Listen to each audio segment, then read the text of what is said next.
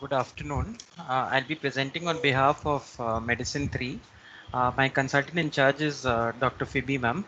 Topic is the eyes have it. So this is actually a spotter. So this is basically a 38-year-old gentleman, not a previously known hypertensive, who had presented with acute onset headache, followed by transient loss of consciousness lasting about 15 minutes, following which he had presented to us for further evaluation. On evaluation was found to have a hypertensive bleed in the pons, and during his ward stay, this is what we noticed. We have to identify the abnormality here.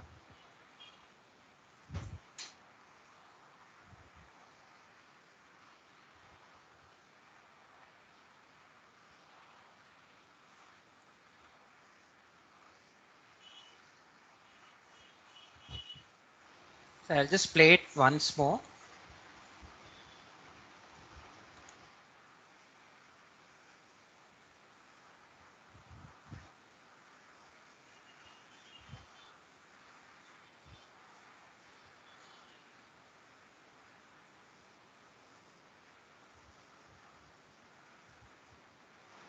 Okay, so any guesses what this could be? Abhinav, Abhinav, Yes, sir. the video is not, very clear, I think. Anybody, if the video is clear, can somebody answer what was the abnormality found? Or else you can describe what exactly happened with the extraocular movements.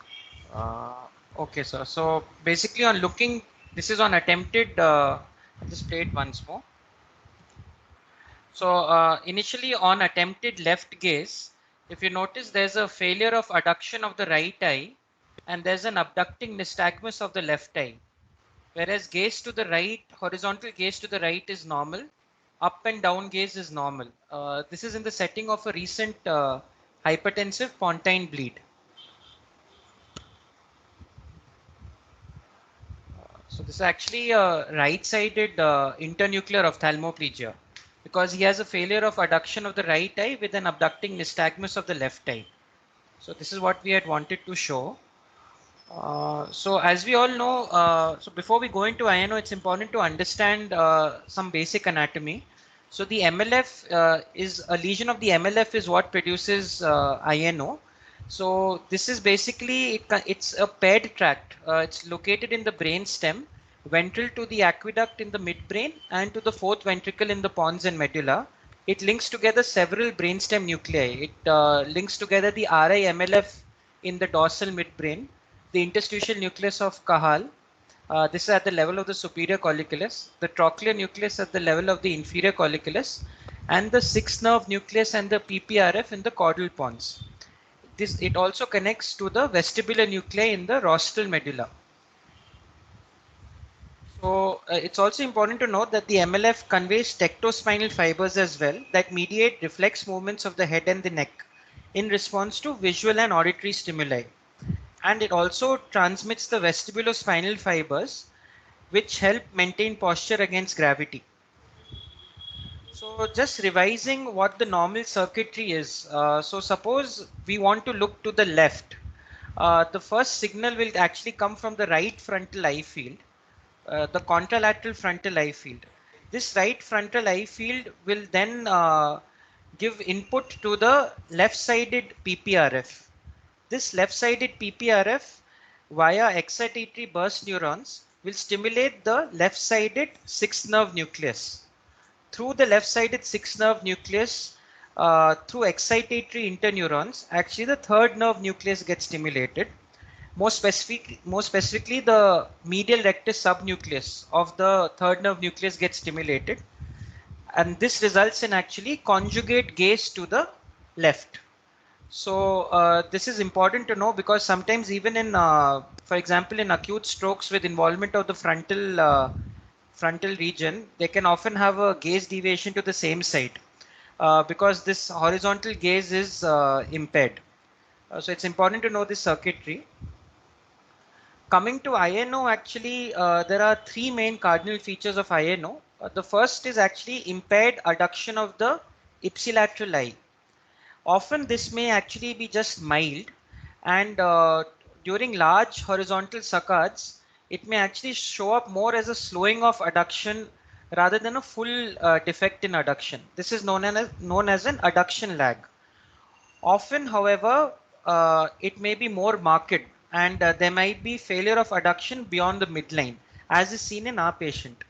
And often, along with this, actually, we get an abducting nystagmus of the contralateral eye.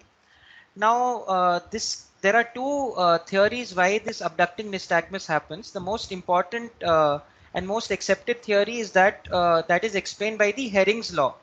So what happens is, as an adaptive response to cutoff of signal to the ipsilateral medial rectus, the body actually gives an increased signal to the ipsilateral medial rectus. And by Hering's law, we know that yoke muscles get equal innervation.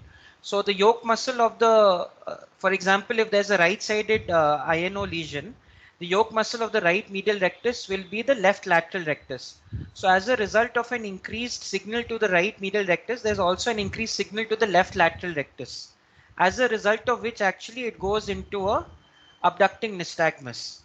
So that could be explained by the Hering's law, and this is supported by the fact that often when we patch the right eye, in case we close the right eye, the abduction nystagmus reduces, and often in patients with surgically induced weakness of the medial rectus muscle also we see abducting nystagmus in the contralateral eye. So this is explained by Hering's law. Another explanation is actually the MLF carries MLF carries yeah, just a second. The MLF carries input to the flocculus as well, and these tracks actually lie in quite close proximity to the to the MLF. So as a result of which, the interruption of these tracks to and from the flocculus could result in a gaze-evoked nystagmus. So another explanation for the abducting nystagmus is actually interruption of these tracks to the flocculus, which could result in a gaze-evoked nystagmus. It is not seen in the ipsilateral eye because the impaired medial rectus cannot generate it. But in general, the first theory is more widely accepted. So another important point to know is that although there is failure of adduction of the ipsilateral eye, often on looking at a near target, convergence is still preserved. Now this is important to note because, and this is termed as dissociation of convergence. This is important to note because often in cases of pseudo INO, which is due to muscular involvement or neuromuscular palsy, convergence will also be lost. Often we can also get vertical eye movement abnormalities in INO, which may include vertical vestibular ocular reflexes and impaired vertical pursuits. Often we may also get a gaze-evoked nystagmus on upgaze or downgaze. Now it's important to know that this is different from upbeat nystagmus and downbeat nystagmus, which occur in primary gaze. So this is usually, if at all we get a vertical nystagmus in INO, it's always gaze-evoked and never present on primary gaze. So if you look at the etiology, the most common cause is actually infarction. And usually whenever there's infarction, involvement of the MLF is usually unilateral. Second most important cause is demyelination. Here in almost 3/4 of cases, the involvement is bilateral. So we can get a bilateral INO. Other 28% of cases are usually due to unusual causes. These may be due to trauma, maybe due to transtentorial herniation, chronic infections like HIV, syphilis, certain intracranial tumors, etc. But most important causes are infarction followed by demyelination. So this is just a diagram looking at INO and INO plus syndromes. See, if you look at figure A, in figure A, if there's a lesion in the caudal pons which knocks out the sixth nerve nucleus and the parapontine reticular formation, if you notice there is a ipsilateral horizontal gaze palsy. So the first diagram is actually an attempted gaze to the right. You notice that there's a horizontal gaze palsy to the right. In primary gaze, it's normal, and the patient is still able to look to the left. Whereas in figure B, this is the classical INO, where there is a lesion of the right-sided MLF. So if you notice, the patient is able to look to the right, but on attempted gaze to the left, there is a failure of adduction of the right eye, and an abducting nystagmus of the left eye. Abhinav, sorry to interrupt. I think time is up. So can you summarize your final points? Yes. So these are just some INO plus syndromes. We are all familiar with the PPRF and the abducens nucleus lesion and the INO. 1.5 syndrome is actually a combination of this MLF plus PPRF or 6-nerve nucleus lesion. So take-home points are basically for INO, infarction followed by demyelination are the most important causes. Cardinal features are 3: impaired adduction of the ipsilateral eye, abducting nystagmus of the contralateral eye, with preserved convergence, also known as dissociation of convergence. Often it is important to look for other brainstem signs. As you know, the MLF is a medial tract. So you may have involvement of the medial lemniscus, you may have involvement of the corticospinal tracts, which may help us localize the lesion further to the brainstem.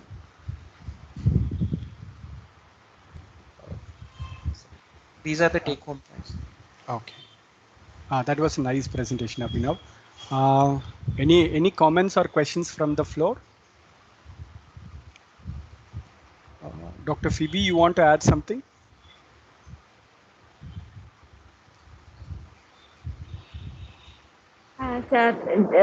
Just to add, there's something also called as Webino, where in MLF lesion, if it's in the upper midbrain, the convergence is also lost. So then Webino is walled eyes. So because of loss of convergence, both eyes will be abducted and they'll have bilateral INO. That's another variant of it. And there is some other syndrome called as 8.5 syndrome, where we have 1.5 syndrome plus 7th nerve palsy, when it involves a facial nerve fasciculi, facial fasciculi in the level of facial colliculus. So actually, this INO is a sign with very good clinical localization. It's very important to identify it when patients come. That's all. Thank you, Phoebe. Any comments from OC sir, Hanstack sir?